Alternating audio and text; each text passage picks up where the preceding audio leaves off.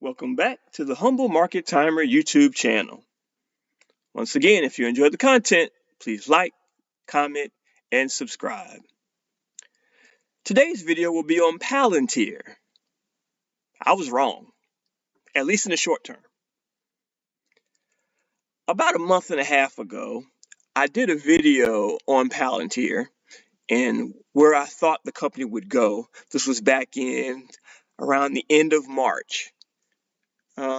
This happens to be the video right here that I did, and I won't go over the video at this present time. So if you get a chance, please take a look at that video and kind of weigh that video with this particular video to see where I went wrong. But in looking at Palantir, to kind of give you a nutshell, back in the end of March, start of April, we were having a lot of issues with the tariffs. Things were looking pretty negative with the market overall from a macroeconomic standpoint. And at the time, that would put Palantir about where this first arrow is. As you can see, we were starting to form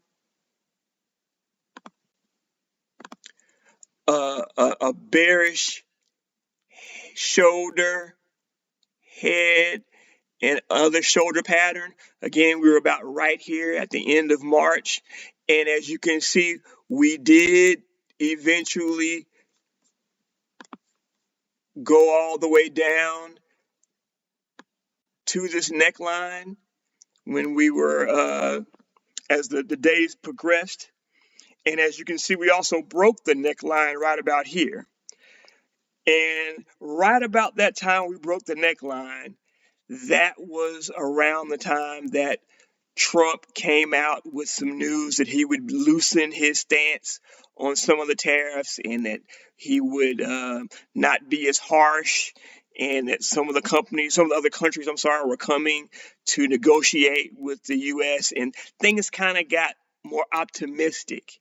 And as a result, the stock market started to go back up, and Palantir did as well. And one thing I want to note, that even though the head and shoulder pattern did get all the way to the neckline and broke, one thing it didn't do is that we did not have consecutive opening and closes below the neckline. That oftentimes occurs when there's a head fake. The MMs try to, market makers, they do a good job of making you think it's going to go one way and things end up going a different way. And what you got was initially got a break, but it never opened and closed. So as a result, it started to head back over the neckline, and the head and shoulders pattern was rejected, or it wasn't confirmed. But what it did do, let me erase this, it created another type of pattern that started to form. You now formed a different type of head and shoulders pattern, except this is an inverse head and shoulders pattern. You had the shoulder, the head, and then another shoulder. And as you can see, it broke that neckline. And when you do a measured move, which would be from the neckline to the lowest and deepest point of the head, and you do a measured move from the break, lo and behold, what do you get? You get about to the target that we said that it would get to based on the triggering of the inverse head and shoulder pattern and the measured move, which is about that 132, 133 price range.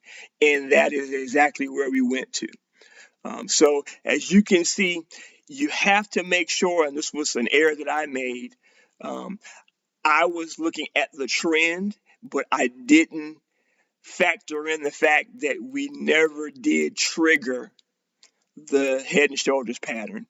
And once that head and shoulders pattern was no longer confirmed and we went higher, the stock actually made a new high.